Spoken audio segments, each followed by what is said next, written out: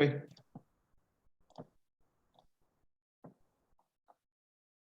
Ya está. Bueno, buenas tardes. Estamos reunidos en el Congreso Nacional de Literatura en la Argentina, en la Universidad Nacional de Jujuy, en el formato bimodal. Estamos en el simposio Cuerpos en la Intemperie, Formas Narrativas en las Literaturas de la Argentina, Abandono y Crueldad en los Espacios de Provincia, segunda parte. Estamos coordinando Tomás Verabarros y Bruno Ragazzi, y la primera ponencia va a ser Paranópolis sobre Holmberg, Walsh y Ceballos en la isla del Cerrito, de Bruno Ragazzi de la Universidad Nacional del Noreste.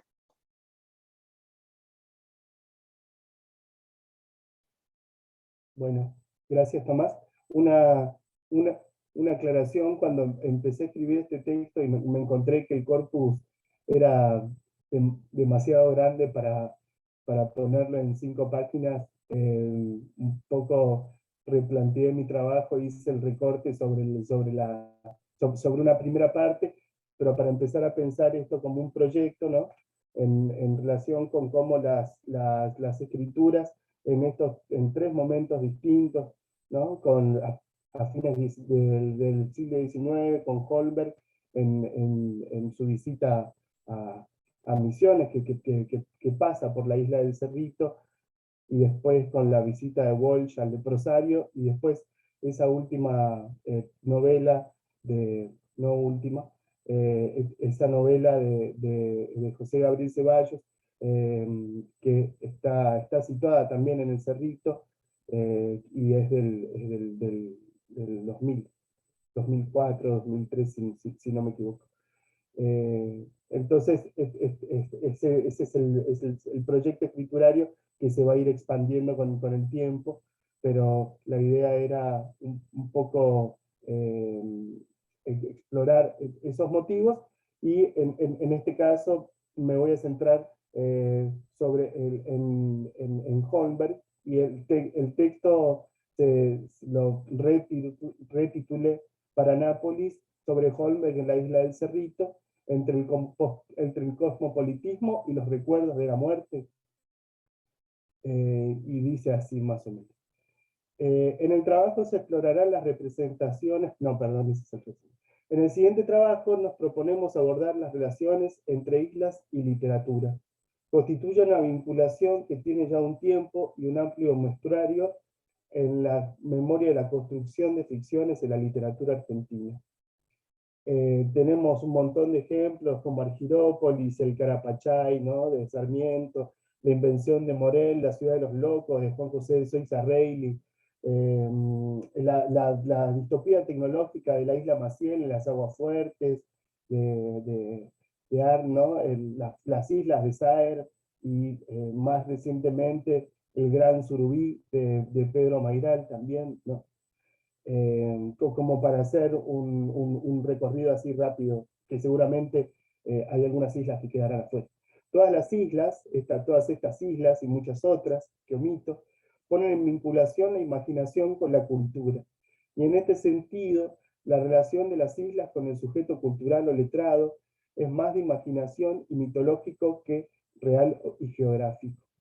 Sostiene Deleuze que en las islas devienen lugares de sed de la imaginación cuando los pueblos ya no pueden entender sus mitos.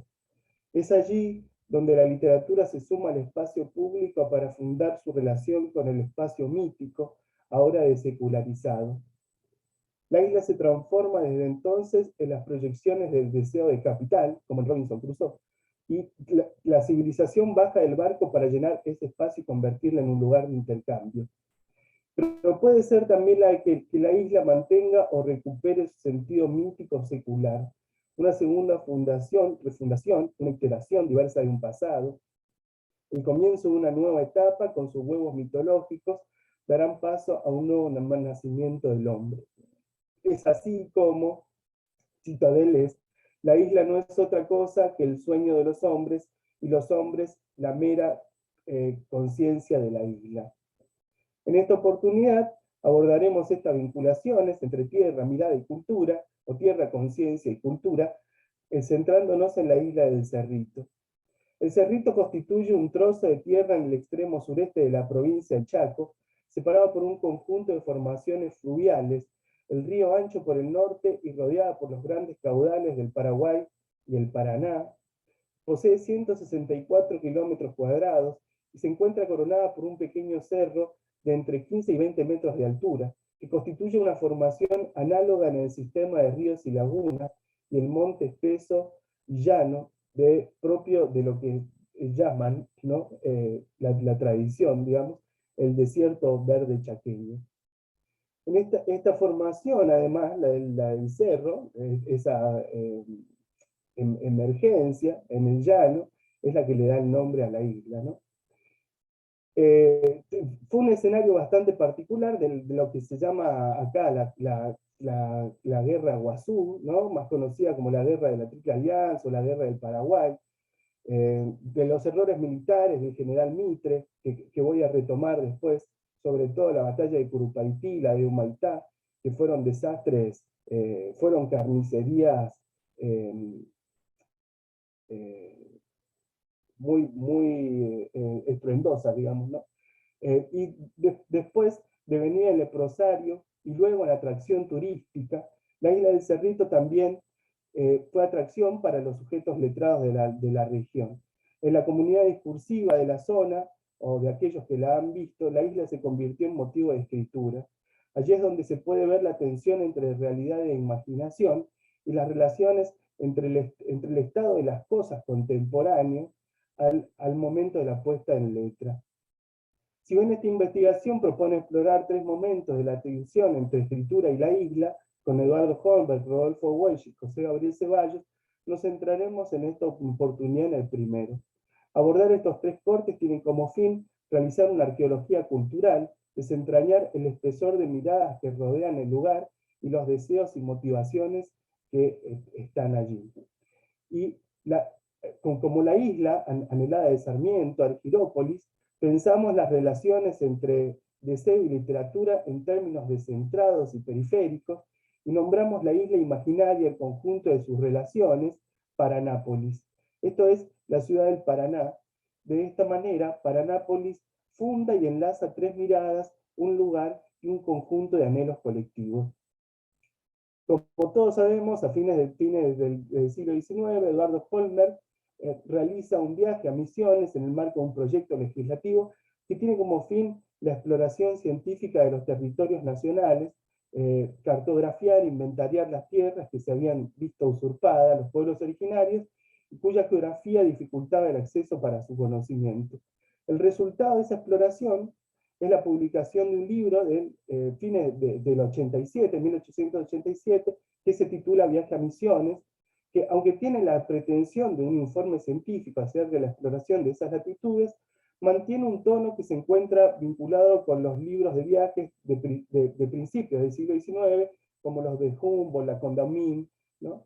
En el que Holmberg parece seguir con este dictum aventurero, estableciéndose más allá de los límites del territorio nacional, en ese momento, o de tierras recientemente adquiridas bajo las continuas empresas militares. Viaja a Misiones inicia su itinerario partiendo de Buenos Aires hacia el Paraná, y de allí se embarca en un vapor rumbo al territorio del Chaco. A partir de entonces, el viaje estará asignado por el río Paraná y la mirada de Holmberg por su formación naturalista, agrupando las diversas provincias según fauna y flora, y vistas como una unidad, una composición homogénea en su diversidad desbordada. El relato se encuentra organizado por los movimientos del agua, el correr del río, los saltos, las cascadas, y también por la naturaleza. Árboles, camalotes, flotantes actúan como elementos que demoran la narración y que dramatizan la lucha del hombre con la naturaleza.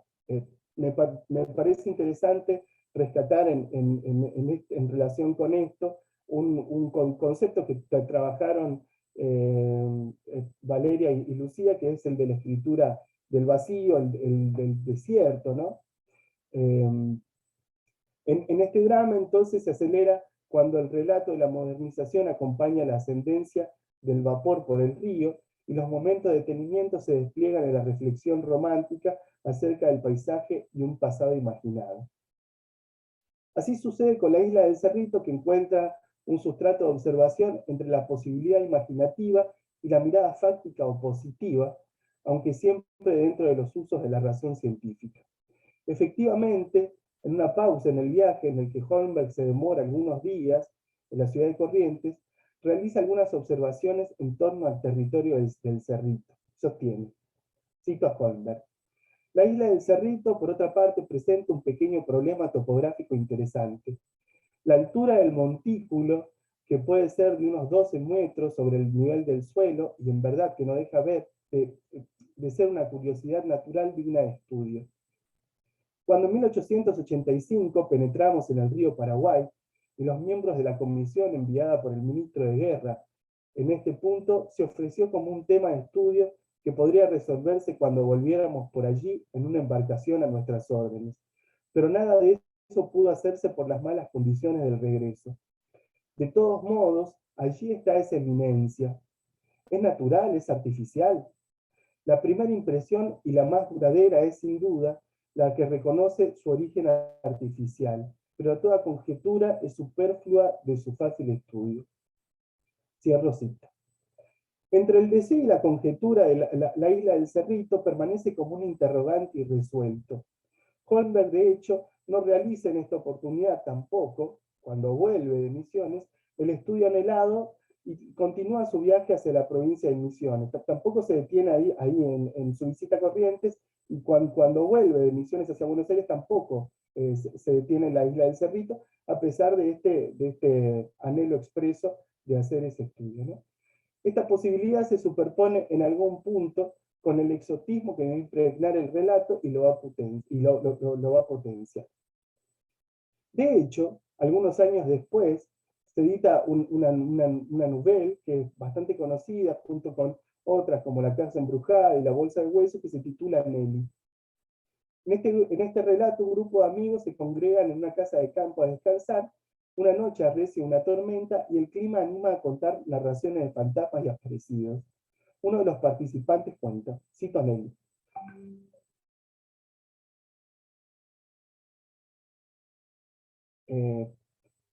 en una noche como esta en Tucumán, los compañeros y yo entre los bosques recibimos una hospitalidad en una ramada, cuyo suelo más levantado en el medio nos permitió colocar los recados con las cabeceras en esa parte más alta.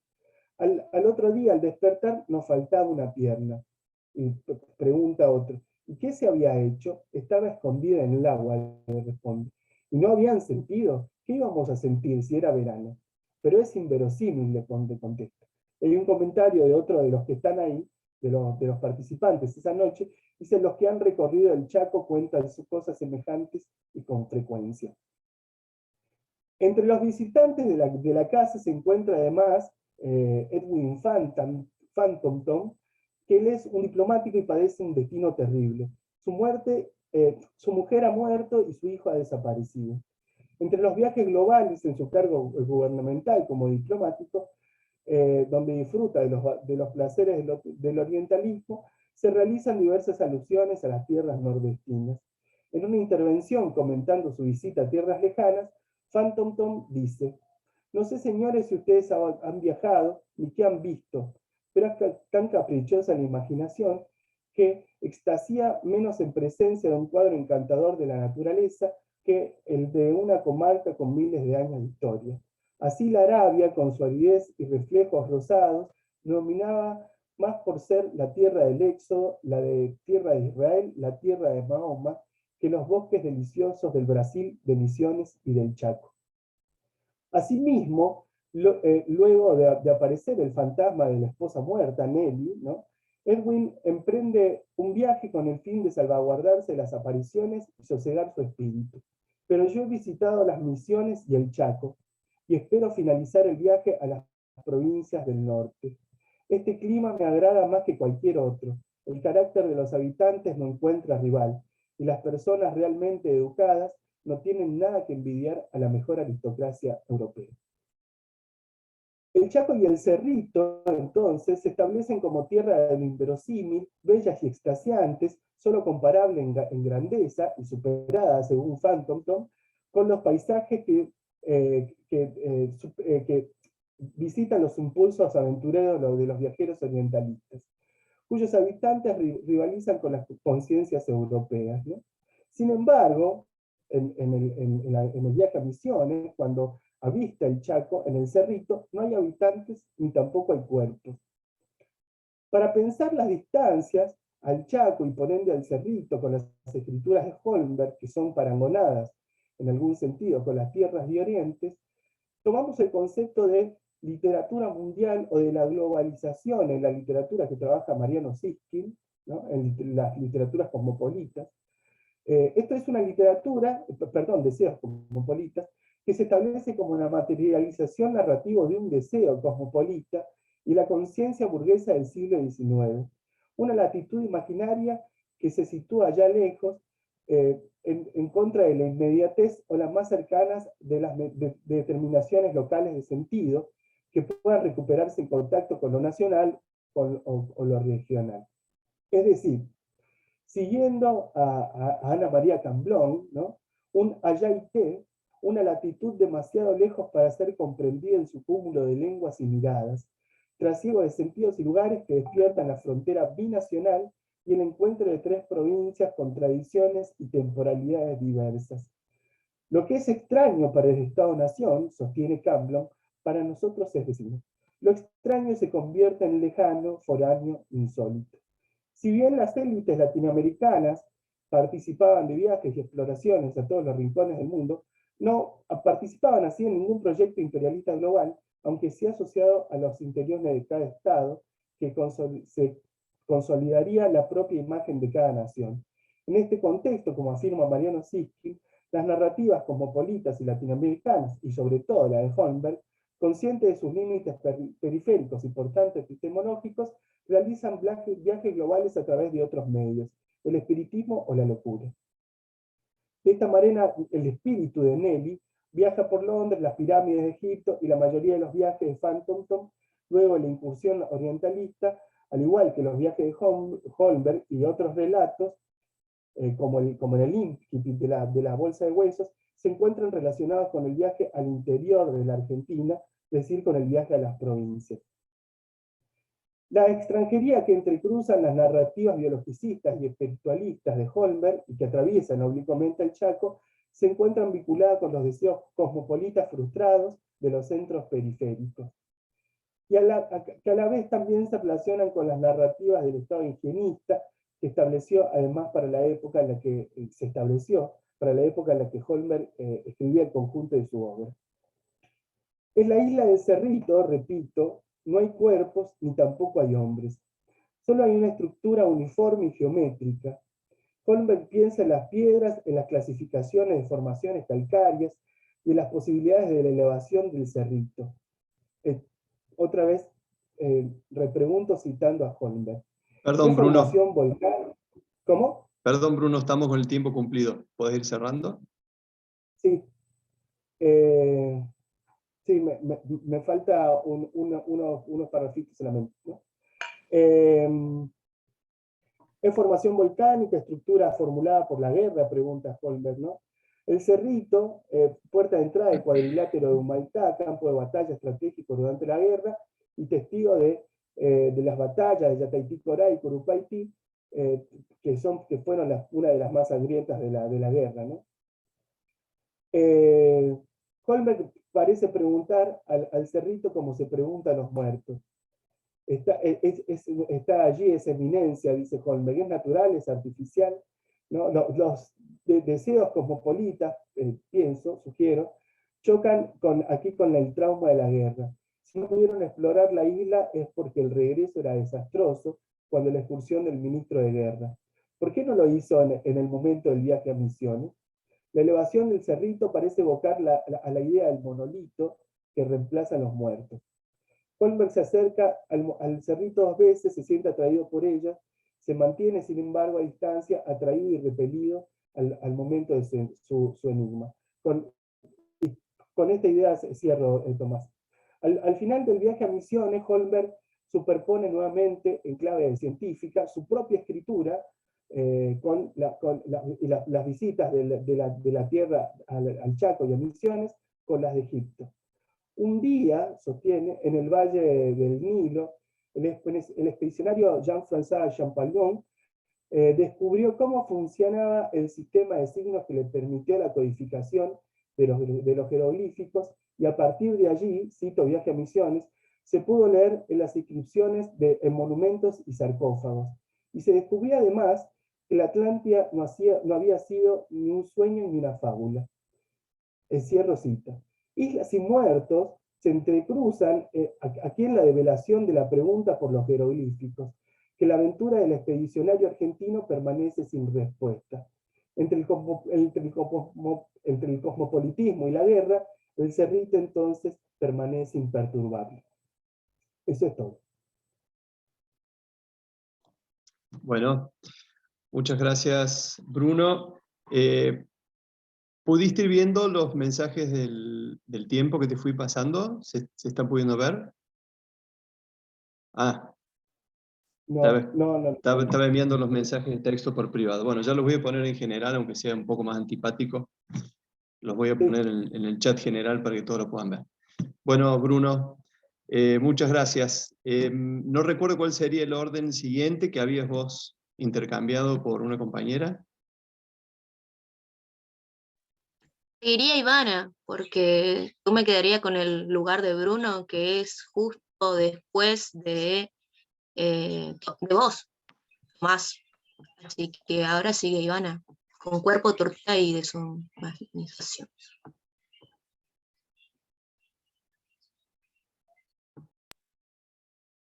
Hola, ¿cómo están? Buenas tardes. Bueno, sí. Cuerpo, tortura y deshumanización en nuestra parte de noche, Mariana Enríquez. No sé por qué puse esa palabra, porque la practiqué para decirle y sabía que me iba a salir mal.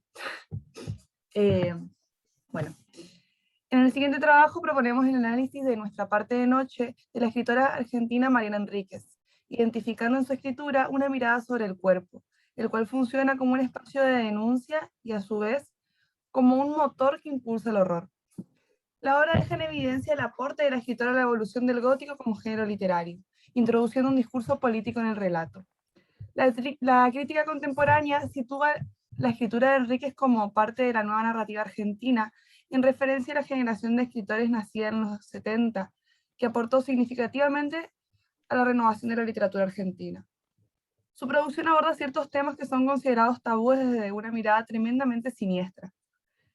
La escritora abre caminos discursivos para trabajar el terror, lo macabro y lo morboso, no solo como construcciones ficticias, sino también como efectos que coexisten en la sociedad en la que habitamos. Esta propuesta significa una revisión del gótico como género clásico, donde los escenarios eran intuidos como prefabricados o con ambientaciones excesivamente fantásticas que escapaban al orden de lo real. Enríquez propone, podríamos decir, un terror actualizado, donde las problemáticas y personajes se sitúan en contextos cotidianos y especialmente marginados. El horror en nuestra parte de noche surge de esto, de lo oculto, lo inimaginable, pero que es posible. Una secta secreta que se alimenta del dolor y la muerte de otros, ritos oscuros y poderes ligados al más allá. Reúne diversas creencias y mitologías que circulan en los bordes de una sociedad.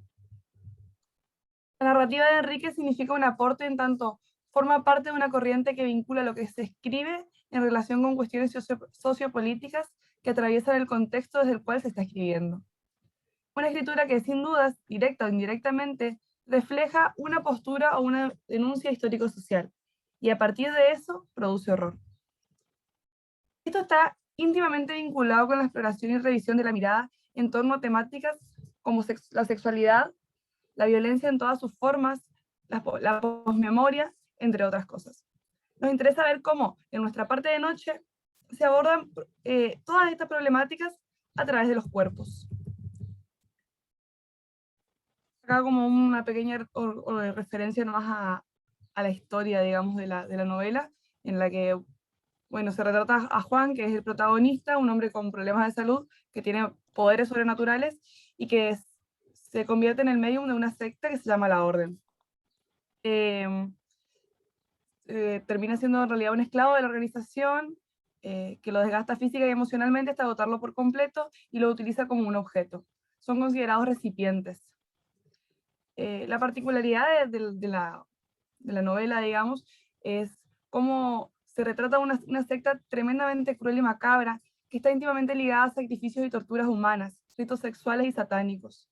La organización venera a un misterioso dios conocido como la oscuridad, el cual se alimenta del dolor y la mutilación de sus adeptos, así como el cuerpo y el sufrimiento de personas que son totalmente inocentes, casualmente de muy bajos recursos, y que son entregadas como sacrificio.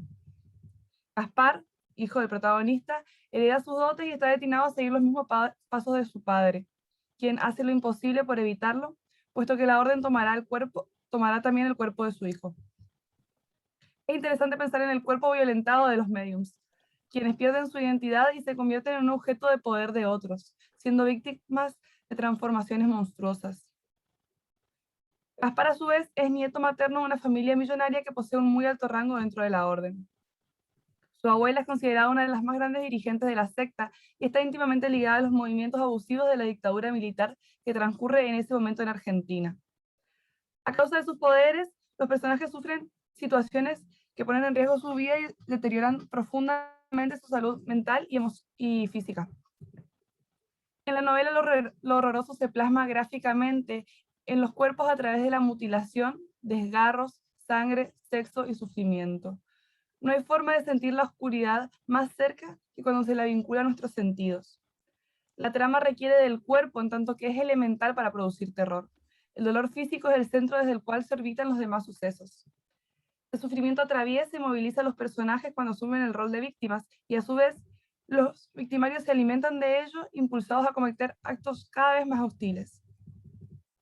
Una travesía por una casa con energía macabra pone en escena a 4 niños, que son Gaspar y sus amigos, en medio de un laberinto en el que se encuentran restos humanos y se percibe una identidad que busca devorarlos desesperadamente. El recorrido tiene como consecuencia la desaparición de Adela, que es una de las niñas, digamos. En esta escena la cuestión sensorial es puesta en primer plano y la angustia ante la idea de la exposición traumática a la que se ven sometidos los niños es simplemente aterradora. Son cuerpos totalmente vulnerables, puestos a la deriva en la boca de un lobo hambriento que finalmente termina secuestrando y alimentándose del cuerpo de una menor. Más tarde, se nos invita a la exploración de un bosque de restos humanos, de quienes han sido víctimas de esta secta. Pisar un camino de hueso y sentirlo crujir bajo los pies en un bosque lleno de torsos y manos humanas. Ver cuerpos mutilados, torsos desnudos, hombres ahorcados, dispuestos en lo que parece ser el paisaje más aterrador que podría construirse. Es una referencia a la clara oscuridad que guarda la transgresión de los cuerpos. Son los restos, lo que quedó después del miedo y la tortura. Este bosque no es otra cosa que el cementerio de víctimas, de sujetos que han desaparecido misteriosamente y que yacen en un espacio que tiene totalmente vedado su acceso a la humanidad, que directamente desconoce su existencia. Solamente pueden acceder a él de forma segura quienes tienen poderes como mediums y por eso la oscuridad los habilita. Este macabro espacio nos hace pensar en la vinculación que atraviesa la obra con la temática de la dictadura militar del 76 en Argentina, en la cual la desaparición y la tortura fueron el medio necesario para imponer poder y orden, entre comillas. Son miles de desaparecidos de los cuales no ha quedado ningún registro sobre qué pasó con sus cuerpos. Han sido devorados por el abuso de poder y por la impunidad. Si bien consideramos que hay una cuestión política que atraviesa la obra y el terror en Enríquez, es definitivamente una herramienta para denunciar y visibilizar problemáticas. También consideramos que su construcción del horror parte de la búsqueda de los lugares de sensibilidad de la sociedad. Pone en jaque a los sujetos en su mayor estado de vulnerabilidad y los expone a las situaciones más crueles a partir de estos movimientos. Para a partir de estos movimientos producir miedo, perdón. Enríquez asume en una conferencia para la Flaxo que escribe y piensa el horror en torno a lo que denomina las depresiones fóbicas de su sociedad. En la misma, refiere a Stephen King, escritor estadounidense, a quien considera una de las fuentes de alimentación para escribir y entender el género del terror, ya que lo hace a partir de problemáticas que atraviesan su realidad. Y cito, lo tengo que traducir, o sea, yo no puedo hablar de matanzas escolares porque no es nuestro problema. Es una excepción, una matanza escolar. Nuestros problemas son otros, es el miedo a ser pobre, y hay un cuento que escribí que se llama El carrito. Pero después, como de cosas privadas, o cuestiones que tienen que ver con el cuerpo femenino, la automutilación, por ejemplo, que la uso en varios cuentos. La anorexia también la uso en varios cuentos. La violencia machista, que es que lo uso en el cuento de las cosas que perdimos en el fuego. Para mí uno de los cuentos de ciencia ficción en ciertos puntos. La indiferencia social, la cuestión de poder vivir con la miseria cotidiana de los otros, pretendiendo decir que horror, que es horror, pero no de verdad, porque sería imposible. Esto tiene un estado de cosas que en un punto es terrorífico. Fin de cita. El abuso desmedido, las desapariciones, las traiciones familiares, las torturas que tienen lugar en la novela, marcan un acercamiento con la realidad que el autor evidentemente trabaja en sus relatos. Introduce una realidad ficticia que se vincula íntimamente con el mundo que habitamos. A través de la obra, nos invita a una revisión histórica y a partir de ello logra naturalizar el horror. El miedo ya no se encuentra en lo netamente fantástico como en los cuentos clásicos de terror, pensamos en Lovecraft, por ejemplo, sino una normalización del fenómeno macabro a tal punto que el contexto se convierte en cotidiano. Juan, si bien es retratado como un padre preocupado por su hijo, también sufre de problemas psicológicos y físicos que impactan directamente en su relación. No podemos pasar por alto los reiterativos ataques de ira que producen un profundo temor en Gaspar. El hombre desgarra el antebrazo de su hijo, hasta llegar al hueso con un vidrio para ser, paradójicamente, un signo de protección. En esta secuencia, claramente podemos leer la transgresión del cuerpo de un niño, que está expuesto al peligro sin remedio alguno. La misma sensación se produce cuando leemos que Mercedes tiene encerrados como esclavos a niños desde recién nacidos, a quienes deforma y mutila en un sótano secreto de su mansión. Lo monstruoso toma forma para identificar y atacar la vulnerabilidad de cada sujeto y el horror deviene en angustia. Estamos ante una escritura sobre un cuerpo y la tortura, donde la materialidad se convierte en un terreno literario, un espacio desde el cual se denuncia y se denuncia. Nuestra parte de noche nos invita a contemplar la puesta en escena de situaciones totalmente gráficas y a contemplar entidades a través de deformaciones corpóreas, medios que se transforman en monstruos aberrantes, niños que ven fantasmas descuartizados. Habla abiertamente sobre algunos acontecimientos del cuerpo y deja en evidencia la importancia de identificar a este no solo como un medio, sino también como un terreno desde el cual podemos hacer uso para decir algo. El cuerpo es transformado como un símbolo discursivo que habilita a decir lo que se quiere. En ese sentido, queremos retomar brevemente un concepto de Judith Butler, quien entiende el cuerpo como un dispositivo en el cual se ejercen tensiones y luchas políticos sociales. Ella identifica el cuerpo como un proceso de apropiación activo que encarna múltiples posibilidades culturales e históricas. Un proceso cultural que no está determinado por nada, pero que puede apropiarse de la historia y la cultura y poner de manifiesto su expresión concreta en el mundo. El cuerpo es entonces un marco de relaciones dinámicas que interactúan en un espacio ya político y social.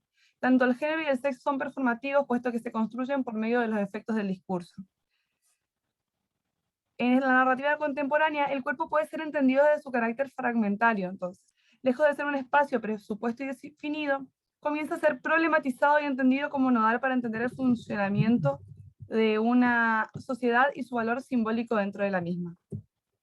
Podemos comenzar a leer un discurso que sobrepasa la cuestión literaria, donde se identifica el cuerpo como algo que puede y debe ser trabajado en sí mismo, en tanto que condensa una información no solo de la intimidad del sujeto, en este caso un personaje literario, sino como una herramienta para hablar de algo.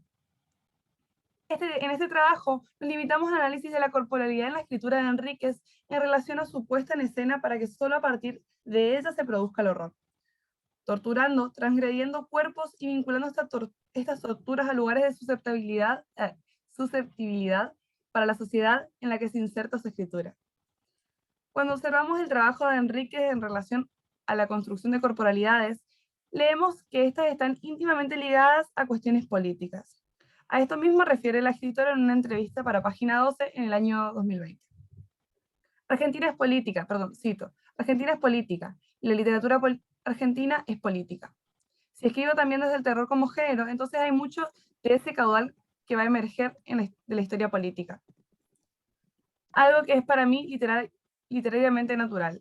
Es lo que vengo haciendo hasta ahora en mis libros. En Argentina, las narrativas de los años 90 hasta la actualidad se revierten y conjugan para hablarnos desde cuerpos marginales, heridos y mutilados. Los escritores interrogan no solo para hacer memoria y denunciar, sino también como recurso para generar algo. En el proceso de lectura de estas producciones, el terror es interpelado constantemente. Si bien el género del terror es un gran desafío que implica atacar la sensibilidad del espectador e identificar los miedos y preocupaciones que carga una sociedad para condensarlos y a partir de ellos construir un relato, hablar de tortura no es nada fácil. Escribir sobre tortura implica conocer la vulnerabilidad del cuerpo, entenderlo como un dispositivo de suprema sensibilidad y conocer sus puntos más débiles.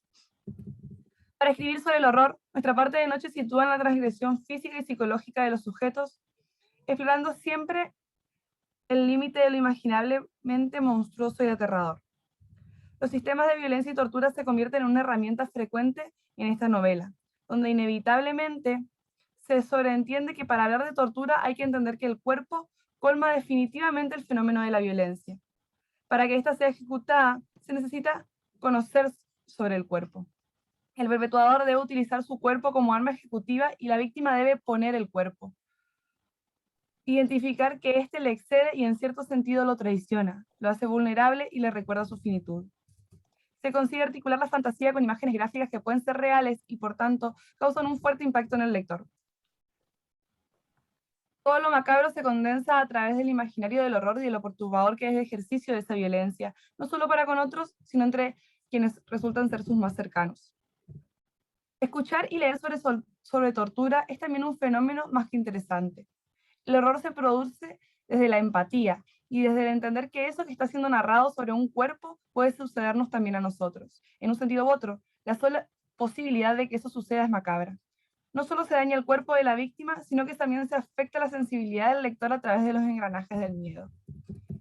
En este sentido, retomamos la postura de Carla Estrada, y cito, es un proceso que conlleva sentir y pensar de un modo similar al personaje en cuestión. Transitoriamente,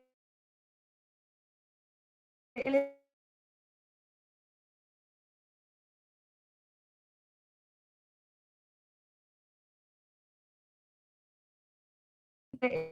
la fuente de emociones, experiencias del otro, los dos ligados del personaje para no distorsionar la vivencia del otro.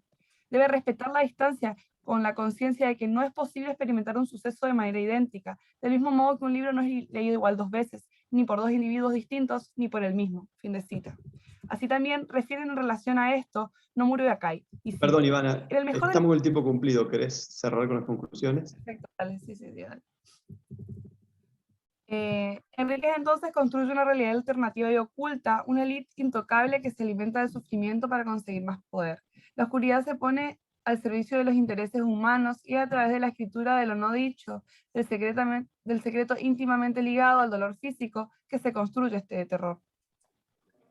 La escritura de Enríquez posee un profundo trasfondo político y evidencia sujetos deshumanizados, convertidos en monstruos que se transforman por la ambición.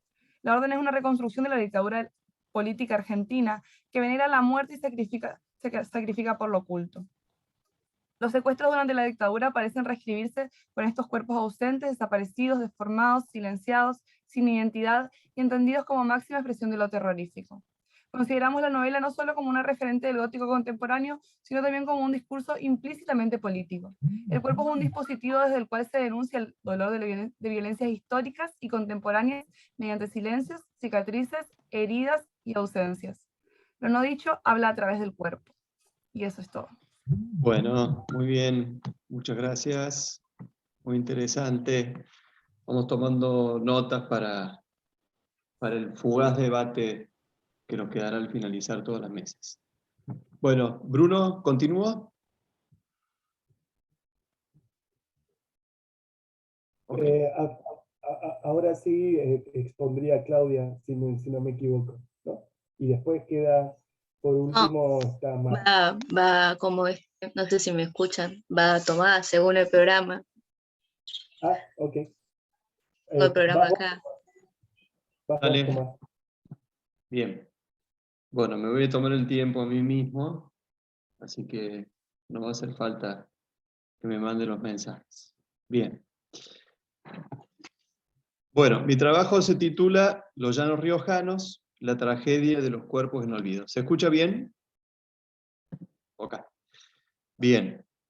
La propuesta de este simposio es, siguiendo la temática y emblemática de este Congreso Nacional, pensar las corporalidades en las literaturas de las regiones a partir de factores como la crueldad, la hostilidad y el desamparo que sitúan en la intemperie a los cuerpos de los sujetos históricos, pero también, propongo, a los cuerpos o corpora literarios.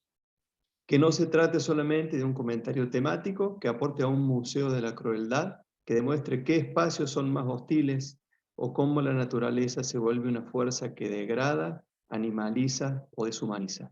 Propongo pensar y considerar desde una muestra textual cómo la palabra es el órgano de choque que narra y pone en escena y en metáfora, pero también esa palabra es víctima, como si fuera un personaje, de las inclemencias, el abandono y la soledad.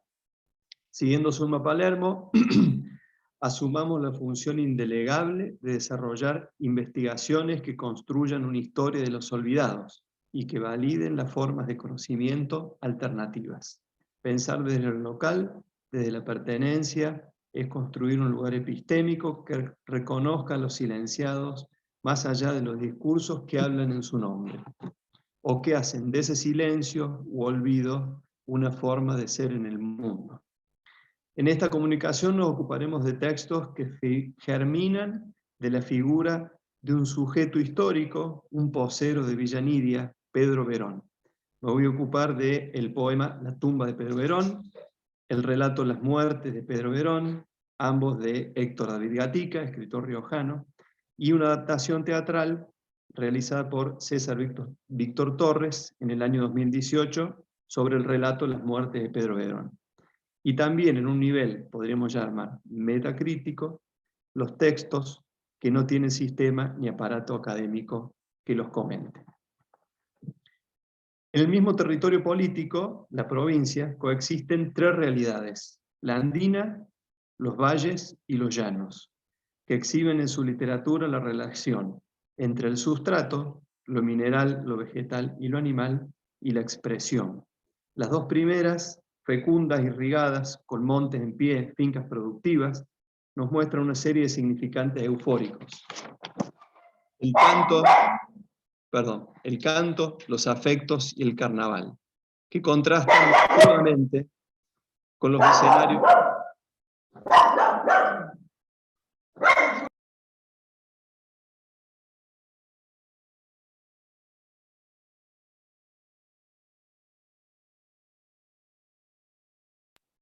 Bueno, decía, hay una literatura en la cual aparece la amistad, el carnaval, la cosecha, el vino, ¿sí? La alegría de vivir, que contrastan crudamente con los escenarios disfóricos del llano, una tierra sin agua, una tierra sin Dios.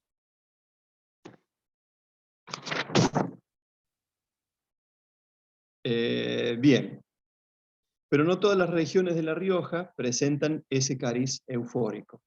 En la literatura de los llanos riojanos nos encontramos con las víctimas y rehenes del abandono, el desamparo, la enfermedad y la crueldad de una geografía marcada por la sequía, el calor y la esterilidad, que impactan los vínculos sociales, familiares y afectivos.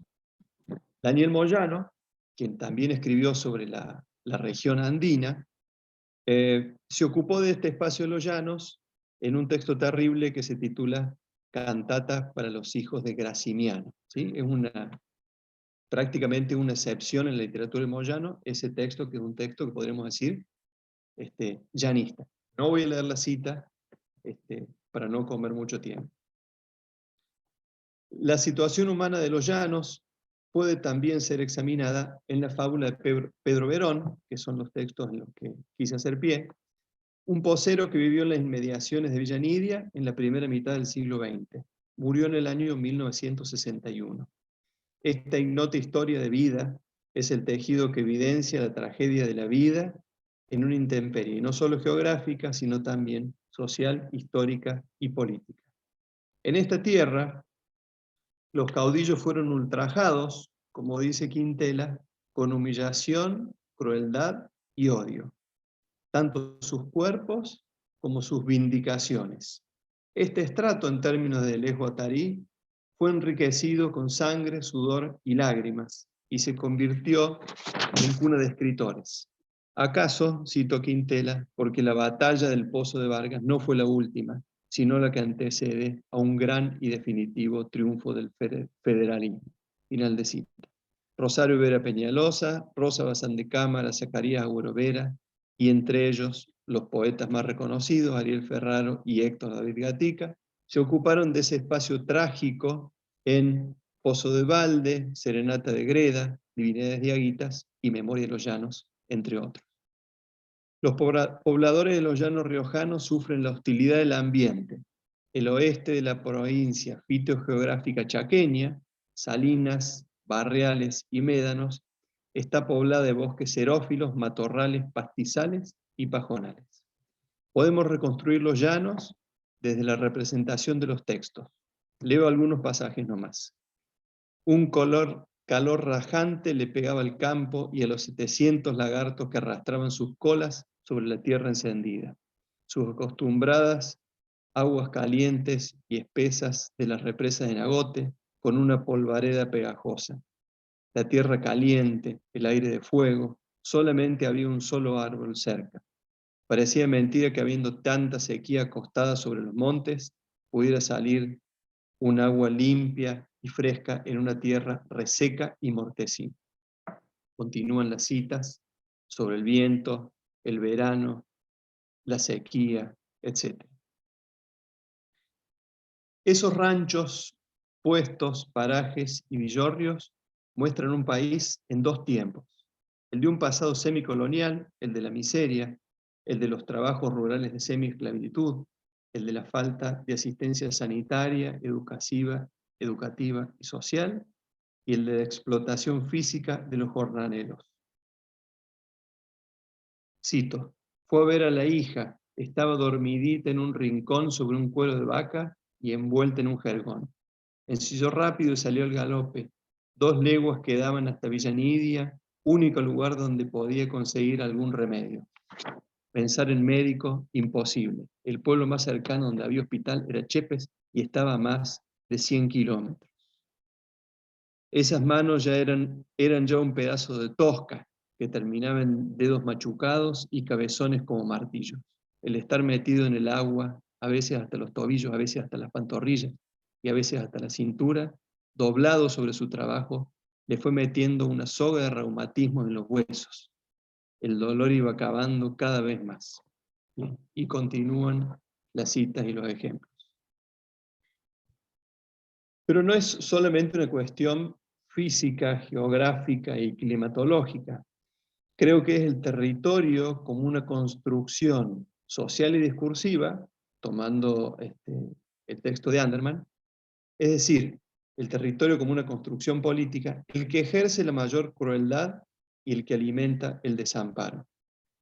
Ese discurso expresivo, valorativo, es el que expresa el desprecio del espacio.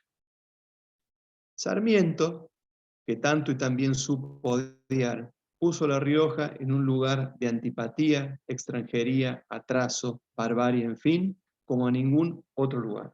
Cito algunos pasajes de Facundo. El aspecto de La Rioja es por lo general desolado. El clima abrasador, la tierra seca y sin aguas corrientes. He tenido siempre la preocupación de que el aspecto de Palestina es parecido al de La Rioja, hasta en el color rojizo u ocre de la tierra, la sequedad de algunas partes y sus cisternas. El llanista es el único que ignora que es el ser más desgraciado, más miserable y más bárbaro. Más hacia el oriente se extiende una llanura arenisca, desierta y agostada por los ardores del sol, etcétera, etcétera. El sanjuanino que conocía el proceso de colonización de Estados Unidos no pudo valorar a los trabajadores rurales de las zonas inhóspitas como pioneros o custodios de una frontera, a la manera del avance de los pioneros del Far West. A posteriori, las labores duras del hombre llano tampoco formaron parte de las destrezas gauchas del imaginario criollista y folclórico. Los olvidados de los llanos, entonces, asumen esa identidad a partir del desprecio del espacio. Son tierras sin valor productivo, desmontadas y cruelmente expoliadas. En la adaptación que hace César Torres de La muerte de Pedro Berón, dice: habían comenzado a entrar unos camiones enormes que se llevaban la hacienda, poco menos que regalada, a las provincias más ricas como Córdoba y La Pampa. ¿Hasta cuándo la desgracia sufrida sobre esta tierra? Llanos riojanos, arrasados por las luchas federales, arrasados por la forestal chaqueña que les comió los bosques, arrasados por sus propios hijos que reventaron sus hachas y sus riñones para poder comer y seguir siendo pobres, mientras se hacía inmensa la fortuna de Cecilio Senares y Manumens Calvet. Final de cita. Hay una hipótesis de Roberto Rojo, uno de los pocos historiadores de la escritura de La Rioja, que dice: la tragedia de los llanos es el olvido. La tragedia de sus habitantes es que han nacido fuera de la historia y vivirán fuera de la historia. Y Héctor David Gatica, autor de la historia de Pedro Berón, como ningún otro, se educó para contar de la mejor manera posible la tragedia llanista. Esa tarea se ha ido materializando en publicaciones insensatas, fuera de los círculos formales, de dimensiones ciclópeas. La revista Alborada, Poesía Amiga, Mapa de la Poesía Riojana, Integración Cultural Riojana. Miles y miles de páginas fuera del sistema comercial, inhallables fuera de la capital, pero diseminados por correo, de mano en mano, por décadas, por toda América. Huachismo, forasterismo o espíritu inde, avant la lettre, lo cierto es que estamos frente a un corpus literario huérfano, desprotegido y a la intemperie. Voy hacia las conclusiones. La configuración de estos espacios y sus habitantes, trabajadores rurales, peones, campesinos sin tierra y animales desprotegidos, extenuados y mal queridos, propone en un nivel metafórico la pobreza, el desamparo y el forasterismo de la escritura, los libros y los escritores. Una literatura sin comentaristas, escritores en el desierto crítico.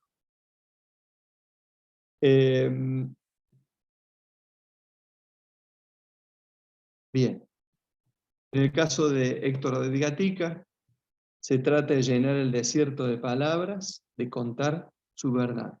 ¿Cuál es la tragedia de los llanos? ¿El desamparo, la pobreza, la soledad? ¿O el vacío cultural, el vacío histórico? Roberto Rojo lo dice claramente. Metonimia del proyecto federal riojano del siglo XIX, encabezado por Facundo Quiroga y Ángel Vicente Peñalosa, los llanos fueron escarmentados, asesinados y decapitados. En su primer libro, Memoria de los Llanos, Gatica le cuenta al mundo lo irremediable. Los habitantes de los llanos son habitantes fantasmagóricos que están condenados de antemano. Han nacido fuera de la historia y vivirán fuera de la historia. No hay épica ni héroes en el presente de los llanos. Hay solo tragedias de hombres duros y embrutecidos, abandonados. No hay redención, no hay salvación. Dice en la obra de teatro Torres: ahí está Dios en ese barro que sacas del pozo. Entonces, ¿debo rezarle al barro? Desde Palermo, desde el jardín maternal hasta la posgraduación, el sistema se retroalimenta a sí mismo, fortaleciendo el conocimiento único. Si la alternativa es reconstruir las genealogías locales, puede ser positivo partir de un reconocimiento del mundo en que se vive y que generalmente no se mira, buscando el perfil sociocultural de pertenencia. Esta advertencia de Palermo tiene un doble fondo: los esfuerzos del tridente académico, UNT, UNJU y UNSA, con sus publicaciones, libros, revistas, artículos dispersos, encuentros científicos, redes, no han llegado a recoger la literatura producida en La Rioja. La producción de conocimiento se viene haciendo por novelas e iniciativas de investigación, tesinas, proyectos sueltos, en canales paraacadémicos o en producción reciente sobre la obra de Daniel Moyano, desde la carrera de Letras de la Universidad Nacional de La Rioja. La crítica de la literatura de La Rioja casi no tiene quien la escriba. El corpus de la poesía riojana ha sido preservado por iniciativas como la poesía completa de Ferraro, la de Gatica y la de Cabral, las dos primeras por impulsos y cuidados privados. Ese corpus está intacto, pero abandonado y a la intemperie. Gracias.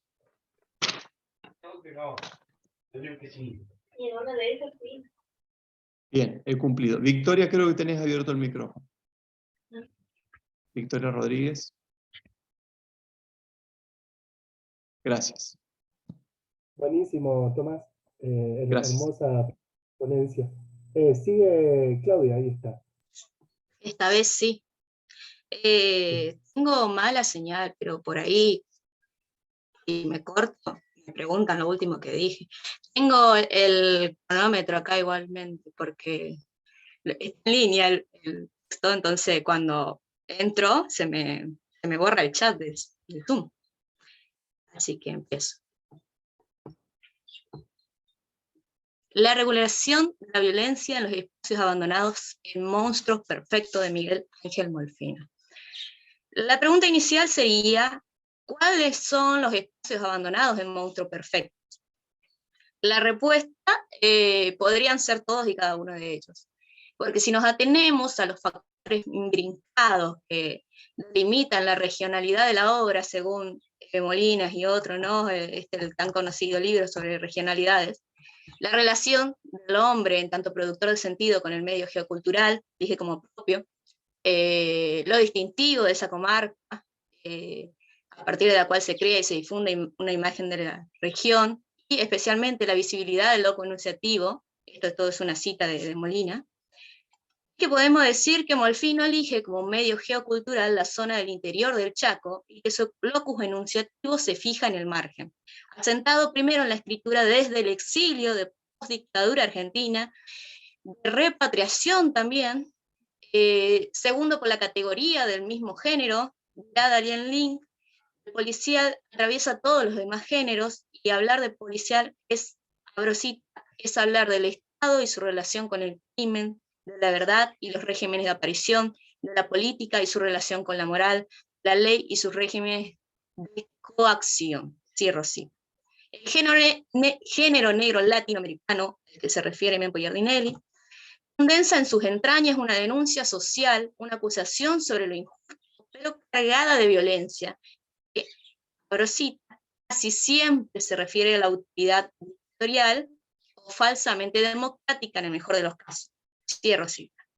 Lo que entendemos es que el Estado no ha abandonado estos espacios. Que haya legalidad no significa que no haya ley, ¿no? Sino que estos espacios han sido abandonados a su suerte bajo el ojo vigilante del Estado y sus instituciones también criminales. En otras palabras, la región fue arrojada al abandono o al desamparo, regida por la ley de la selva, donde, abro cita, el crimen se adjunta a su ejecutor como una imposición externa, ya Elman Constantin. En viva sobrevive al Estado y a su tierra, porque los espacios de Estero del Muerto, Noguera, Puerto Barranquera y Antequera, estos son los espacios de la novela, también se distinguen por su cualidad de abandono y de lejanía del centro urbano resistenciano, que apenas es mencionado en la novela, razón por la cual el autor también lo llama género policial rural, policial negro rural, así como por los elementos climáticos hostiles propios de la zona.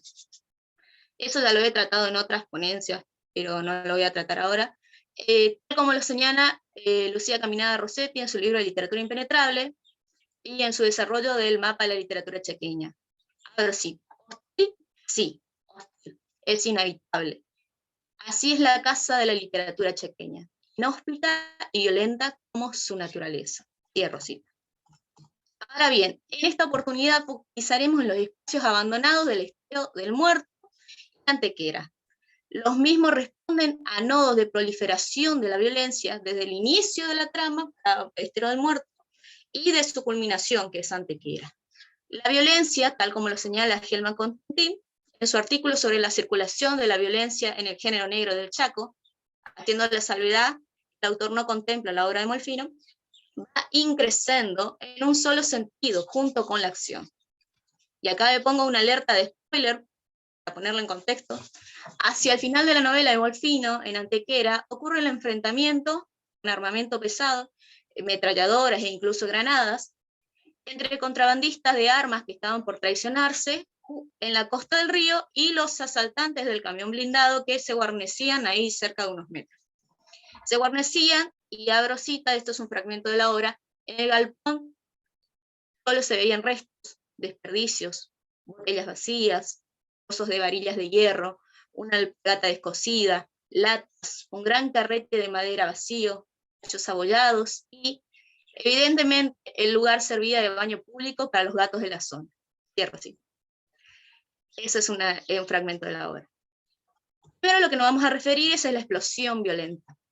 Si bien Helman observa que cada espacio tiene su propia lógica de regulación violenta, dice que, abro cita, la salida del territorio pantanoso, la brutal ley de la selva, tiene una forma de acontecimiento fortuito con ribete fantástico. Cierro cita.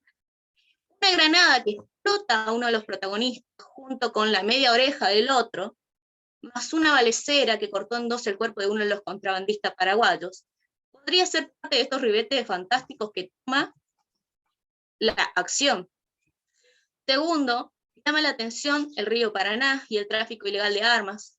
Refraseando a Helman, justamente, Helman Constantin, el autor comenta que sobre el espacio del Chaco argentino, que este tiene su consistencia porque en su configuración está sentada en ser un detenimiento espontáneo.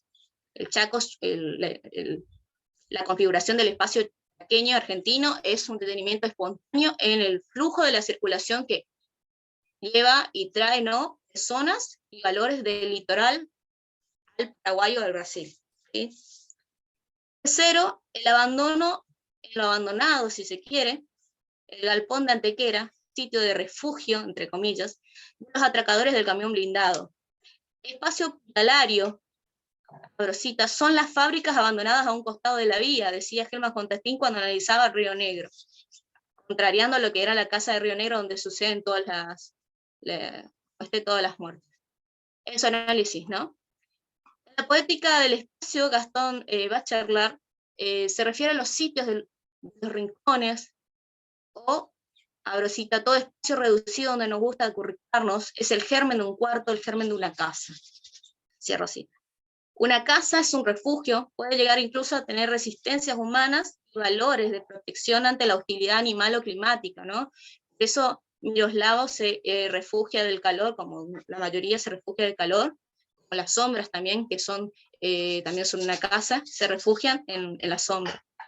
Más adelante el mismo autor señala, abro cita, de la casa a la no casa, todas las contradicciones se ordenan fácilmente. Cierro cita. Todo lo que no es un refugio es un no lugar. Lo descampado, lo sucio, la acumulación de desperdicios, los rotos, restos, techos, etc. Es todo lo que se decanta esta vorágine de la violencia que sobreimprime a la geografía natural otro paisaje. Eso lo dice Helman Constantin. Que está dentro del galpón de Antequera. No es que el galpón esté vacío, toda esa mugre está dentro del galpón. Es un descampado dentro de un galpón, es un basural, con la estructura de un galpón destartalado y lejanos las vías de escape, porque está lejano al camino y lejano al río. Y ahí utilizo un fragmento de la obra que dice, recordó la playita repleta de arbustos que se abría 6 metros bajo la loma donde se encontraban. No es fácil llegar al galpón, desde el galpón hasta el borde de la barranquita. Habría 10 o 15 metros hasta cruzar a esa distancia a tiro limpio, saltar a la playita y salir nadando. Cierro cita. Esa distancia que dice a tiro limpio es el espacio a la intemperie en el que se da la balacera y en el que culminan los cuerpos acribillados. Estos dos ejemplos doy, pero en realidad hay muchos cuerpos a la intemperie. Uno es, por ejemplo, este que dice, abro cita, cayó al río casi partido en dos, los intestinos tocaron el agua antes que el resto del cuerpo. Más adelante, arrastraron fuera del falcón el cadáver de Lucrecia, la andanada de balas había convertido su rostro en una papilla color chocolate. Estos son 2 fragmentos de la obra, 2 cuerpos que estaban al aire libre. Sin embargo, ¿en qué varía con los espacios del inicio de la trama? Vamos al nido de la cuestión, la chacra de los Horst. Este es el inicio de la trama. Una de las pequeñas y más endeudadas. Mostraba la modesta arquitectura de la casa. El padre de Miroslavo había reconstruido sobre la original levantada por su padre Joseph, había reconstruido la casa. Y más adelante hay un fragmento que dice, un orden limpio y silencioso señalaba la presencia de una mujer. Cierro cita. Señalo eso último porque cuento la referencia a una frase muy hermosa que dice, Bachelard, okay. El ama de casa despierta los muebles dormidos, dice la frase en la poética del espacio. Lo que significa es que la mano doméstica es la que da el ser a los objetos, lo que lo devuelve un hogar.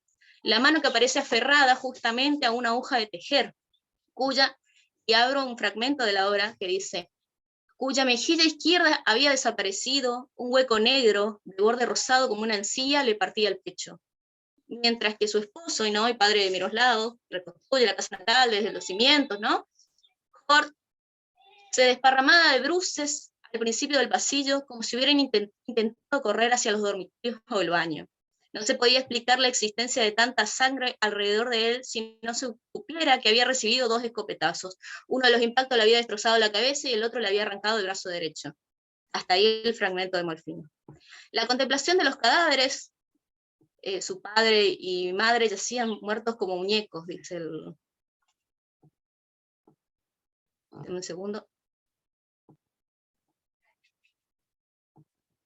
Habían como muñecos. Es indistinta al paisaje físico. Parte de la sustracción del acelerado entramado policíaco criminal. ¿Me escuchan? Me parece que se tildó. ¿Sí, no? Te escuchamos bien. Habla. Lo que pasa es que se me tilda la máquina por mi internet y digo, si estoy hablando sola. Bueno, perdón.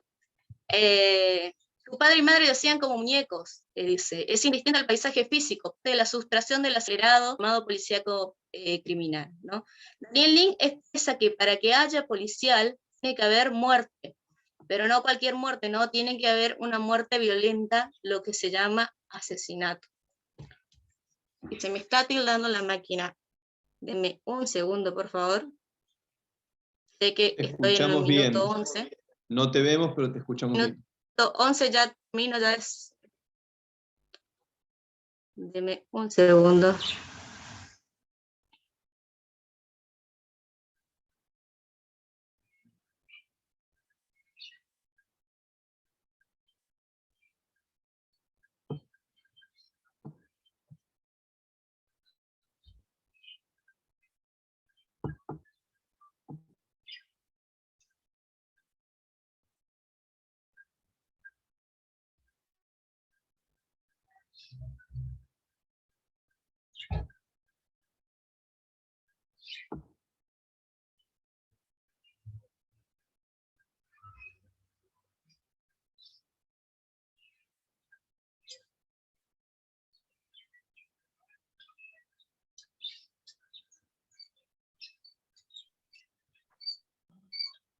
¿Estás por ahí, Claudia?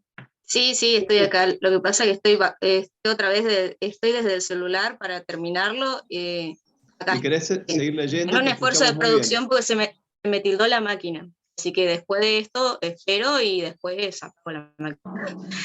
Bueno, expresa que para el policial, haya policial tiene que haber muerte, una muerte violenta, lo que se llama asesinato, dice. En la reconstruida casa de nido de Hort, Miroslavo contempla a sus padres asesinados a escopetazos a quemarropa. Un disparo en el pecho de su madre que se encontraba tejiendo en el sillón y 2 disparos al padre, uno en la cabeza que llegó a intentar correr.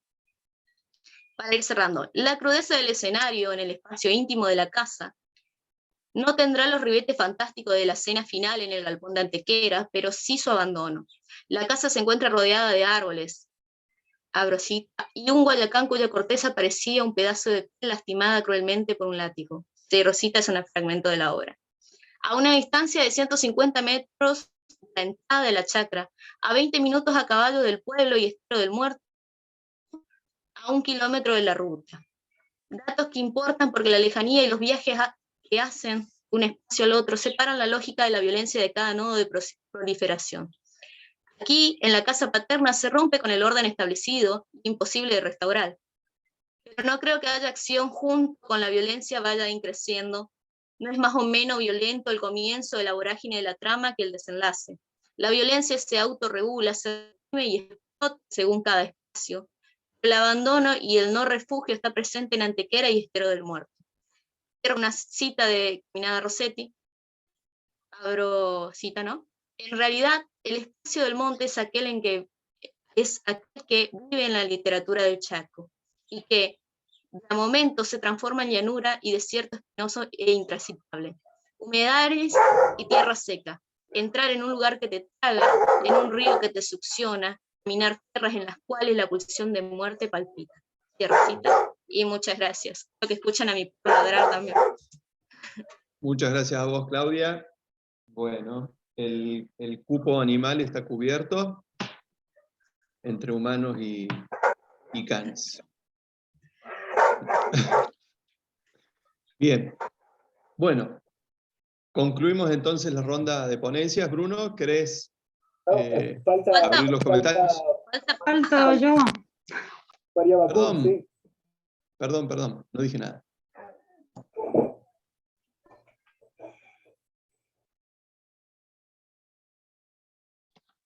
¿Se escucha ahí? ¿Se me escucha?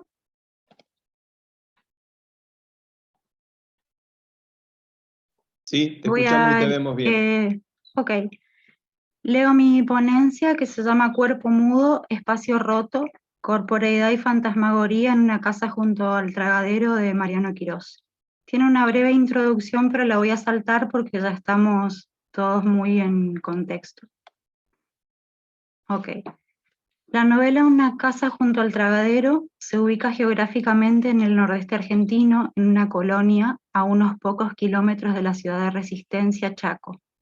Desde el primer momento nos planta a contemplar una escena en que su personaje principal, el mudo, se lastima el hombro izquierdo mientras caza monos que merodean su casa. En esta colonia selvática donde fue a vivir para huir de Resistencia y poder hallar un lugar tranquilo. El mudo parece encarnar la figura de un rebelde sin causa, de un atormentado atormentador. Si bien se procura con estos monos alimento, la intención principal de cazarlos en la escena de apertura es la de clavar sus cabezas en unas estacas y ponerlas al frente de su casa a modo de amenaza para producir cierto horror y así espantar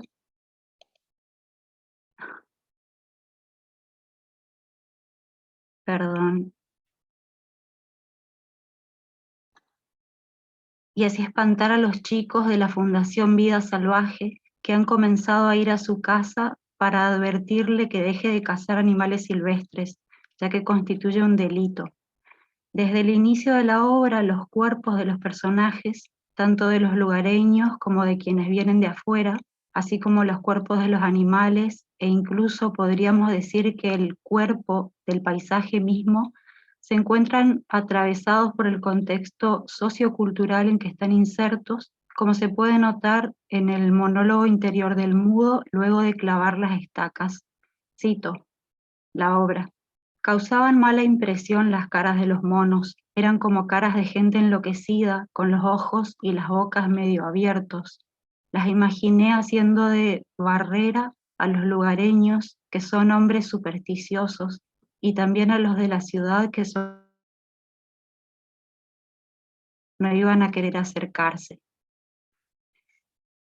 En Literatura Impenetrable, un itinerario literario contemporáneo sobre el Chaco, en su artículo Mapa de la literatura chaqueña contemporánea hacia lo impenetrable, Caminada Rossetti concibe la literatura de ficción escrita en el Chaco como una que configura sus espacios y tipifica a sus personajes desde un lugar de resistencia que, cito, signa una escritura que resiste, y lo que también, cito de nuevo, significa acercarse a la literatura chaqueña desde sus paisajes y pasajes hostiles.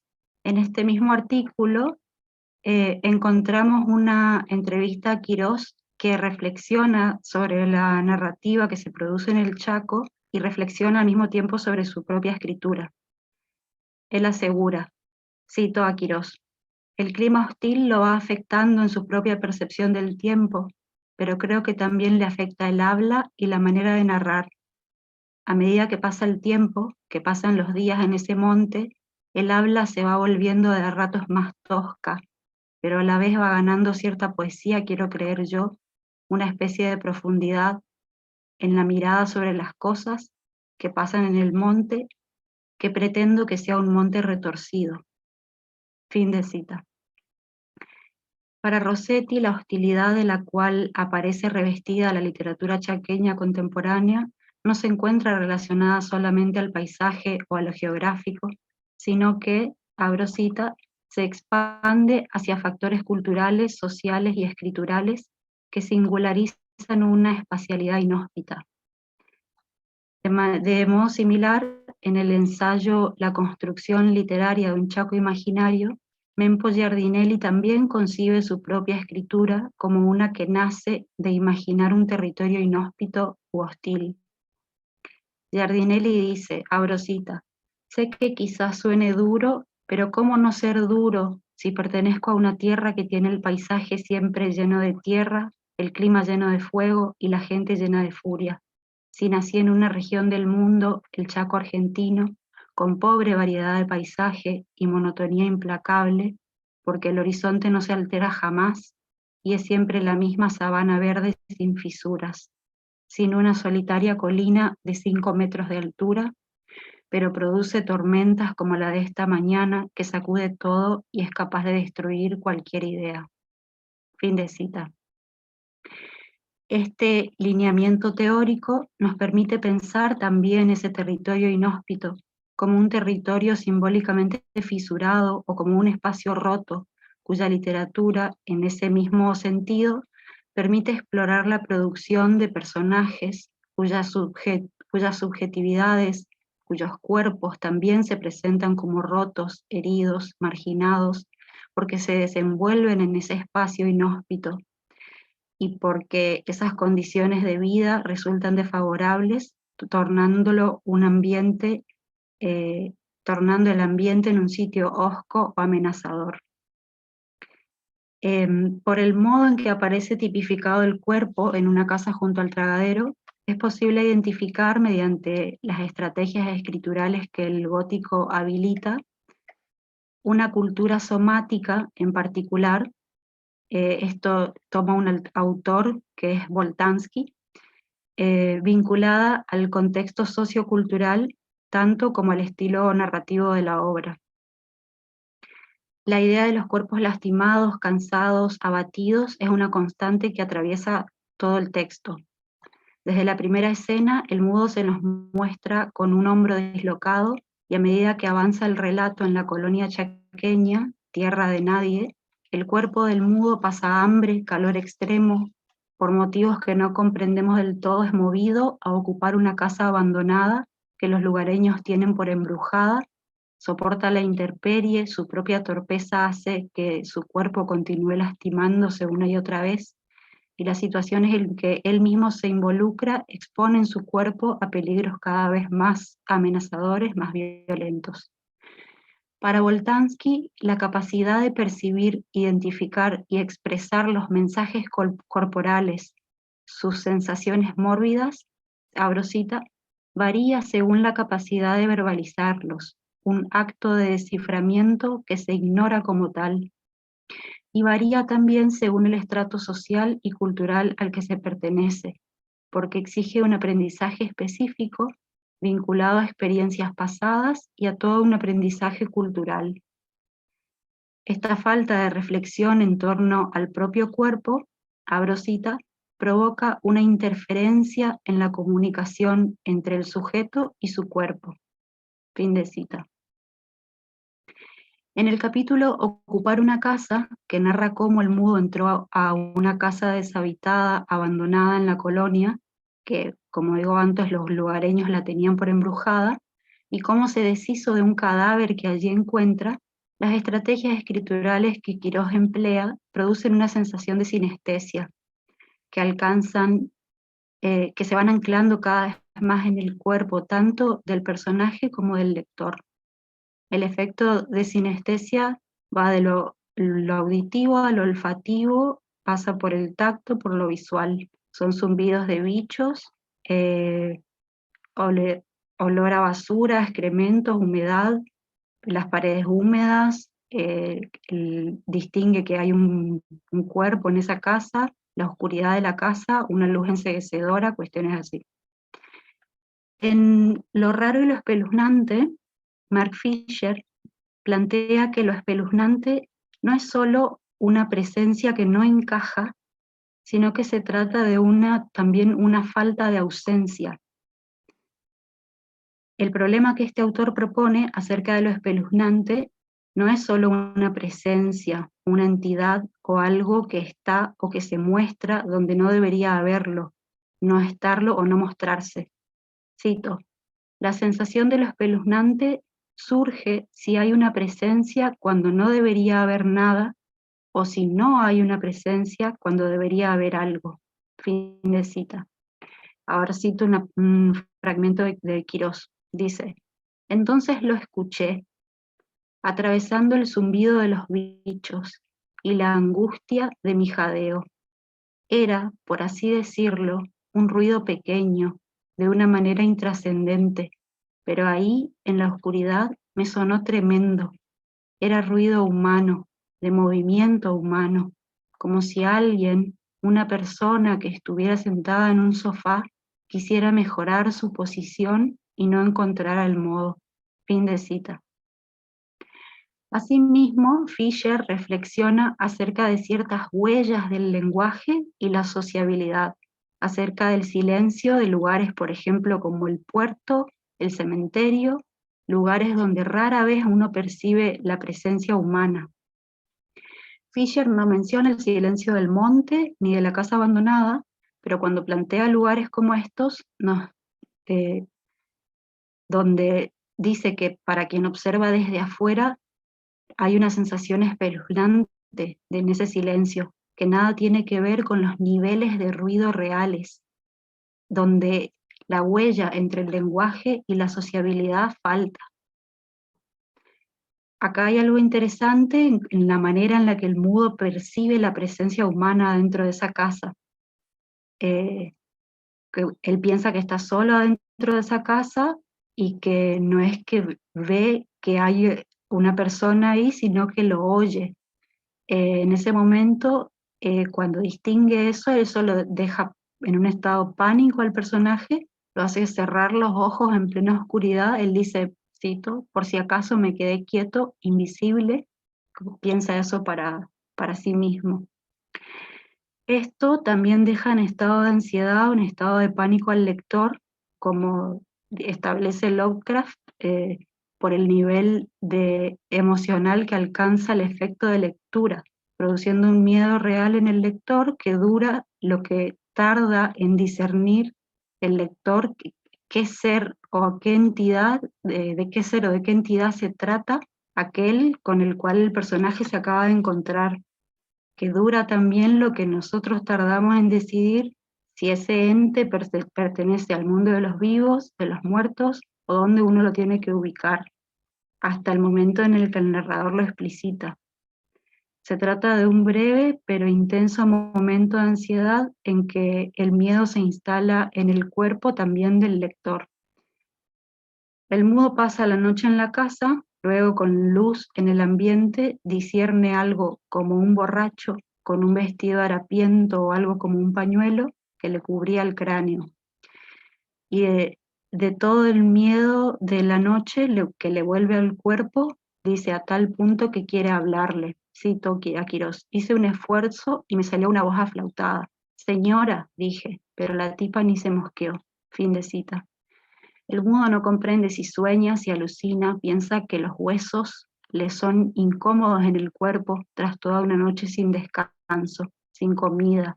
Nota que su mente se marea, de nuevo esta imposibilidad de prestar atención a las demandas del cuerpo, De nuevo la interferencia entre el sujeto y su cuerpo. Tampoco comprende si esa vieja duerme y entre la podredumbre de las moscas, el zumbido, los insectos, descubre que esa mujer es un muerto, cuyo cuerpo el mudo arrastra trabajosamente fuera de la casa, hasta depositarlo en el fondo del río. El fantasma de la vieja atormenta continuamente al mudo en la novela, apareciéndosele primero en sueños, luego tanto a los alrededores como dentro de la casa, y en la concepción de nuestro personaje aparece como si fuera un alma en pena. Acá ya voy comenzando a cerrar. En El miedo en Occidente, Jean Dolmenau retoma la ciencia de los espíritus, donde Pierre Leloyer distingue el fantasma como una imaginación de insensatos furiosos o melancólicos que se persuaden de algo que no es, y un espectro como una imaginación de una sustancia sin cuerpo que se presenta sensiblemente a los hombres en contra del orden de la naturaleza o algo que produce espanto. Después hablan de la errancia post-mortem, que es algo que en el imaginario colectivo de los individuos se muestra como individuos que no habían podido tener un descenso natural porque no habían efectuado en condiciones anormales el paso de la vida a la muerte. Entonces son como difuntos mal integrados a su nuevo universo o que no se encontraban a gusto en su piel.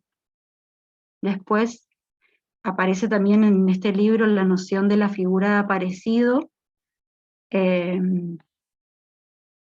después ellos comentan que en tratados, por supuesto, se explicita que no tienen ningún tipo de corporeidad, pero esto continúa siendo una creencia común, digamos, en el imaginario colectivo. Entonces, bueno, voy hacia la conclusión, que la corporeidad de esas almas, más allá de haber sido, por supuesto, negada, resulta una creencia del retorno de las almas, las reapariciones o la vinculación con esos cuerpos, o que puedan retornar a la casa donde hayan vivido, permanece en el imaginario colectivo en algunas zonas, con más razón si tienen una base de creencia, por ejemplo, cristiana, como puede llegar a ser en el nordeste argentino. Bueno, en conclusión, el capítulo analizado de ocupar una casa, en una casa junto al tragadero, permite poder explorar ansiedades culturales como la creencia en la errancia de espíritus, fantasmas que regresan post-mortem, o pensado de otro modo, la experimentación o visualización de figuras de aparecidos, lo que puede producir en quienes lo experimentan un tópico que el gótico explora y adapta, adoptándolo a su horizonte cultural e histórico. Y eso es todo. Bueno, muchas gracias, María. Gracias por ajustarte a tiempo.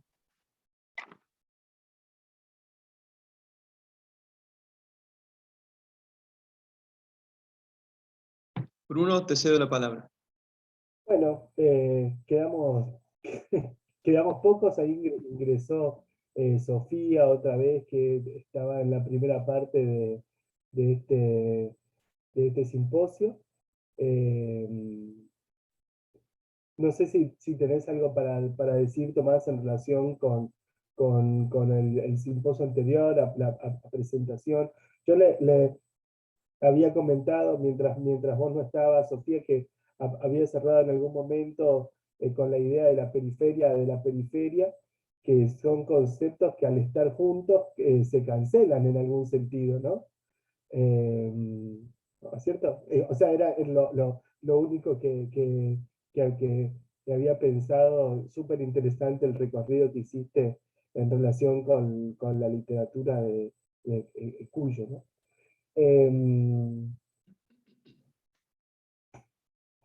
Tomás, en un momento vos recuperaste Facundo, ¿no? Y la construcción del paisaje riojano, bueno, siempre con esas analogías tan sarmientinas que tienen que ver con su posición orientalista, ¿no? Viste que en algún momento parece que en La Rioja hay camellos también, ¿no? Como que se superponen esas imágenes en verdad en toda la campaña. No me quedó claro a qué hacía esa referencia, porque parece también que en algún momento esa misma construcción del paisaje es la que vos comentás que realizan estos escritores de los que hiciste el mapeo, ¿no? Como pensándolo como una suerte de herencia discursiva, o cómo estabas pensando esa cuestión. Y después me pareció muy interesante lo de corpus a la intemperie, ¿no? Pensándolo también en relación con el concepto que trabajó Lucía en su libro, que es el de literatura impenetrable. No sé si en algún punto se pueden pensar en conjunto, ¿no? Como para pensar, bueno, cómo se construye corpus, el corpus literario desde la provincia para hacer investigación, que es un poco lo que estabas planteando sobre el final de tu ponencia, ¿no? Eso en relación con lo que vos dijiste. Después anoté algunas cuestiones en relación con la última ponencia, la de Maja, la de María Bacún. Me pareció súper interesante la relación que trabajó en un momento de su ponencia entre monte y habla, ¿no? Que es muy interesante cómo aparece el mudo, ¿no? El mudo en su condición de mudo en relación con ese paisaje, ¿no? O sea, ¿qué es lo que nos puede, qué es lo que nos puede decir, o qué es lo que el monte le niega, digamos, ¿no? a su habla, ¿no? Y después también te quería preguntar, vos hablaste de un autor, Boltanski, en relación con un concepto que es el de cultura somática, si era Luc Boltanski, ¿no? Es el que trabaja con Bourdieu y es todo el grupo ese del Instituto de Investigaciones Sociales que tenía Bourdieu en los 60. Bueno, esas son las cosas que anoté en relación con las ponencias. Dale, bueno, retomo algunas de las cuestiones que planteas, veo si puedo responder algo esquemáticamente para que todos puedan también opinar y dejar alguna palabra en este encuentro. Y también abrir alguna línea para que alguien pueda seguir después pensando. Además de esa cancelación lógica, ¿no? De la periferia de la periferia, hay otra figura ahí que me viene llamando la atención desde hace mucho, y es, digamos, la generalización del concepto de región, o la cancelación de las regiones en macroregiones, ¿no? Entonces, la literatura de La Rioja es como que está destinada a dialogar con, en el conjunto macro, literaturas del NOA, ¿no? Por una cuestión, bueno, afinidades que todos conocemos e historias que todos conocemos. Es un diálogo que no se ha dado, que se está empezando a dar, o se está dando desde hace poco, pero eso también viene con un problema de la mano, y es que los que trabajamos en, entre comillas, literatura del NOA, no hacemos otra cosa que leer a los autores de una provincia, ¿sí? Entonces, más que literaturas regionales, serían literaturas provinciales. Lo constatamos en nuestra práctica diaria, diría, ¿no? Por ahí a nivel proyectos pueden aparecer algunas redes de escritores o de escrituras que realmente tengan una mirada un poco más abierta, pero es como si nuestras limitaciones académicas y didácticas y pedagógicas de nuestras instituciones nos estuvieran exigiendo pensar en región, pero hablar de provincia. Y a la vez, también para seguir pensando en periferia y periferia, dentro de esas literaturas provincia, tenemos distintas regiones, como en la misma Rioja. Tenemos una subregión andina, una subregión de los valles fértiles, y esa subregión llanos. Y la subregión llanos se conecta con el norte de San Luis, con el oeste de Córdoba, ¿no? Entonces, es como que tenemos que pensar, no sé si tenemos que, pero tal vez haya ahí una posibilidad de enriquecer un poco la lectura y las ideas sobre la literatura, en redefinir esas regiones, ¿no? Y en salirnos de la literatura provincia. Eso lo dejo así como abierto. Después el tema de Sarmiento y de La Rioja, hay como una herencia discursiva, pero yo lo que me di cuenta ahora escribiendo el trabajo, ¿no? Creo que esa estigmatización y esa autoestigmatización de La Rioja, de ese desierto infértil y inhóspito e inviable, ¿no? Viene justamente del odio de Sarmiento hacia el proyecto federal y hacia los caudillos riojanos, ¿no? El Tigre de los Llanos y el Cristo de los Llanos, Peñalosa y Quiroga, eran, bueno, el némesis de Sarmiento y a quienes más odió y a quienes les deseó lo peor, ¿no? Entonces, la provincia también carga con ese peso y carga con el vituperio. Siendo que es un espacio que podría tener otra mirada, ¿no? La Puna no tiene esa mirada autodespreciativa y tan negativa sobre su espacio, como La Rioja sobre los llanos, como otras culturas sobre los desiertos, ¿no? Habría otras formas posibles de mirarlo. Y después, un pequeñito comentario para Ivana, que no sé si en su lectura sobre el texto de Enríquez hizo algún espejo o alguna breve lectura genealógica con los textos de Osvaldo Lamborghini, por el tema, ese vínculo tan fuerte entre crueldad, cuerpo infantil y política, ¿no? En Lamborghini desde ya, desde lo alegórico y también un poco jugando con un humor negro y espantoso, ¿sí? Pero había que ver qué es lo que pensaste respecto de Enríquez. Me parece súper interesante porque nunca se me ocurrió como hacer una literatura comparada, por nombrarlo de alguna manera, con los dos, digamos, porque me parece que sí podría ser tranquilamente una revisión de esa escritura, porque me parece también que Enríquez tiene mucho esto de ese humor macabro. Es una propuesta súper interesante esa. Sí. Hola, ¿qué tal? Llegué hacia el final, al menos para los comentarios. El tema, bueno, de periferia de la periferia. Preguntabas antes. Sí. Ay, perdón, se me trabó un poco, no sé si... ¿Se escucha? Dale, Sofía, te escuchamos. Perdón. No sé si se cancela, pero sí es como una periferia al cuadrado, y en realidad lo planteaba porque para estos escritores en realidad, y sobre todo para Di Benedetto, el centro y el espacio de la modernidad no es Buenos Aires, que de hecho casi no aparece en su obra. El centro de todo es la ciudad de Mendoza, que sí aparece en su obra, sobre todo en sus novelas. No sé si para los lectores que no son de Mendoza lo perciben, pero bueno, rápidamente uno lee Los Suicidas, lee El Silenciero, y con 2 o 3 referencias a calles, a espacios, uno ya distingue que se trata de Mendoza.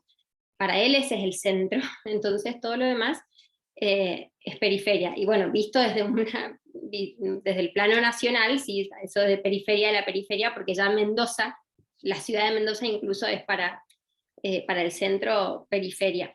Y después me parecía esto muy interesante que decía Tomás de que pensamos en la región, pero después terminamos restringiéndonos a las provincias, y de hecho yo hablo de narrativa mendocina, pero Codina, por ejemplo, en esas obras que yo nombré, sitúa los cuentos, por ejemplo, en regiones del sur de Mendoza, de Malargüe, pero también de Neuquén, y en pueblos que están en realidad en el lado chileno de la cordillera. Codina misma nació en Chile, ella nació en Chile y se vino de pequeña a Mendoza. Y después, bueno, vivió el resto de su vida después del 76 en el exilio. Abelardo Arias nació en Córdoba y después se vino a Mendoza. Alfredo Bufano, que es como el poeta acá de Mendoza, uno de los fundadores, tampoco es mendocino, pero él decía, bueno, soy san rafaelino por adopción. Entonces es cierto que a veces hacemos ciertos reduccionismos, provincia, quizás como un nacionalismo provinciano, pero estos escritores no necesariamente lo plantean en sus textos, así que bueno, me pareció que era un punto a considerar para futuros trabajos. Sí, María, gracias Sofía.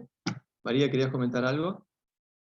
Sí, que por lo que me preguntaba antes Bruno, que Boltanski sí, está como en la misma línea que Bourdieu, es un sociólogo también, y el libro que escribe, de donde yo tomé esto, se llama Los usos sociales del cuerpo, y él trabaja como en las clases social alta, media y baja, como que pueden leer en su cuerpo de distinta manera los dolores, o sea, leen en su cuerpo lo que les pasa de distinta forma y pueden o no decírselo a los médicos porque lo reconocen o no de acuerdo a cómo están educados, digamos. Eso me pareció muy interesante porque en la novela el personaje está casi toda la novela totalmente herido, así, atraviesa toda la novela así lastimado, digamos, y es medio desesperante en un punto mientras uno la va leyendo. Y lo que sí, otra cosa que me decías de que este personaje es alguien que finge en realidad ser mudo, o sea, no es mudo, sino que cuando va a la colonia no habla con nadie, y esto es medio ermitaño también, y esto lo usa de alguna manera para ser más ermitaño. No lo trabajé tanto en el personaje en particular porque para la literatura fantástica y el gótico sobre todo, es como que el paisaje juega un rol más importante en un punto. Entonces quería trabajar esa cuestión del silencio en el paisaje antes que en el personaje, viste que para escribir 5 páginas te queda mucho afuera, y